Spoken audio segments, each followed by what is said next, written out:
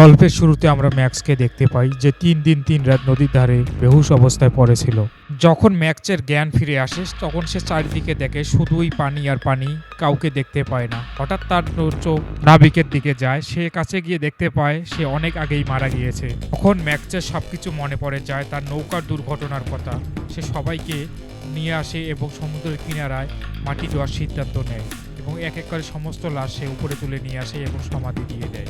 এক সকলকে দাফন দেওয়ার পর সে জঙ্গলের ভিতরে যাওয়ার চেষ্টা করে, কিন্তু সন্ধ্যা হওয়ার কারণে জঙ্গলের ভিতরে সে প্রবেশ করতে পারে না। তার চোখে শুধু ধুধু অন্ধকার লেগে থাকে। ম্যাক্স নদীর ধারে একটি বড় গাছ দেখতে পায়, তার ডালে সে ওঠে এবং সেখানে পুরো রাত যাপন করার সিদ্ধান্ত নেয়। ম্যাক্স চিন্তা করতে থাকে আজকে রাত এখানে কাটাতে হবে এবং কাল সকালে বিপদ থেকে মুক্তির পথ খুঁজতে হবে। পরের দিন সকাল হওয়ার সাথে সাথে ম্যাক্স দূরে তাদের হারিয়ে যাওয়া নৌকাটি দেখতে পায় এবং সে সেখানে যাওয়ার সিদ্ধান্ত নেয়। সে পানি সাঁতার কেটে কেটে নৌকার কাছে যায় এবং অনেক কষ্টে সে নৌকার দড়ি বেয়ে বেয়ে উপরে উঠে পড়ে। জাহাজে ওঠার পর কেবিনে যাওয়ার সময় হঠাৎ সে ধীরস্থিরভাবে কুকুরের আওয়াজ শুনতে পারে, যে বেশ নাজেহাল ছিল। সে আস্তে আস্তে দরজা ভাঙার সিদ্ধান্ত নেয় এবং একটি কুড়ার দিয়ে দরজার ভিতর আঘাত করে। দরজা খুলতেই একটা কালো কুকুর বের হয়ে আসে, সেটা আসলে ম্যাক্সের প্রিয় কুকুরটিই ছিল। এরপর ম্যাক্স এক এক করে সমস্ত ঘর ঘুরতে থাকে এবং সে খাবারের সন্ধান করতে থাকে। সে খাবারের সাথে সাথে কিছু সরঞ্জাম পায়, তার মধ্যে ছিল একটি বন্দুক।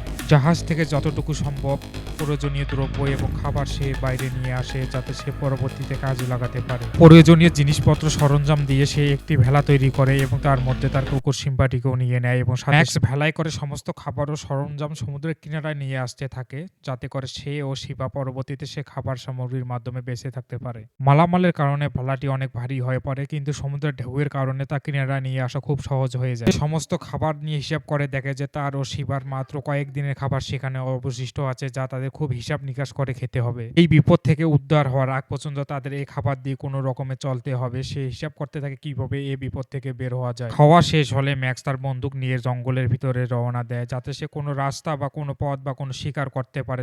জঙ্গলের ভিতর দিয়ে দৌড়াতে থাকে, যাতে কোনো নিশানা বা কোনো সঠিক পথ সে বের করতে পারে। ম্যাক্স তার চেষ্টা চালিয়ে যায়, সে একটির পর একটি পাহাড়ের উপর উঠতে থাকে, যাতে করে সে দেখতে পারে কোনো নিশানা আছে কিনা। চলতে চলতে ম্যাক্স দ্বীপের অন্য কিনারায় চলে আসে, কিন্তু সেখানে এসে সে নিরাশ হয়ে যায়। শুধুই পানি আর পানি, অন্য কিছুই সে দেখতে পায় না। এখন ম্যাক্স বুঝতে পারে এই সমুদ্রের কিনারার আশপাশ দিয়ে কোনো জাহাজ চলাফেরা করে না, এখানে মানুষের বসবাস নেই। তাকে বাঁচতে হলে অনেক লড়াই করতে হবে। এখন যদি কোনো সাহায্য আসে তাকে সে কাজে লাগাতে হবে। ম্যাক্স সমুদ্রের কিনারে একটি ঘর বাঁধে এবং সারাদিন সে দূরবীন নিয়ে বাইরে দেখতে থাকে যে আশপাশ দিয়ে কোনো জাহাজ চলাফেরা করে নাকি। মূলত তার খুব সাহায্যের প্রয়োজন ছিল। দেখতে দেখতে দিন যায়, সপ্তাহ যায়, মাস যায়, কিন্তু কোনো সাহায্য আসে না। এইভাবে তার ৬টি মাস কেটে যায় একা নির্জন দ্বীপে। ম্যাক্স নিরাশ হয়ে পড়ে, তাদের বাঁচার আশা প্রায় শেষ এটা মনে করে। তারা দুজনে খাবারের সন্ধানে সমুদ্রতে কাঁকড়া ধরতে যায়, কিন্তু সে সময় হঠাৎ শিবা জোরে জোরে চিৎকার শুরু করে দেয়।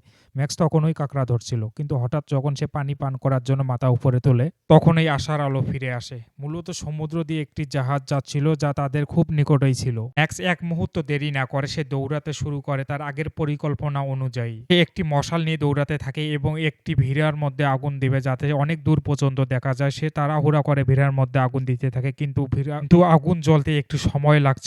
জাহাজ ধীরে ধীরে দূরে চলে যাচ্ছিল আর ম্যাক্সের মধ্যে হতাশা বৃদ্ধি পেতে থাকে।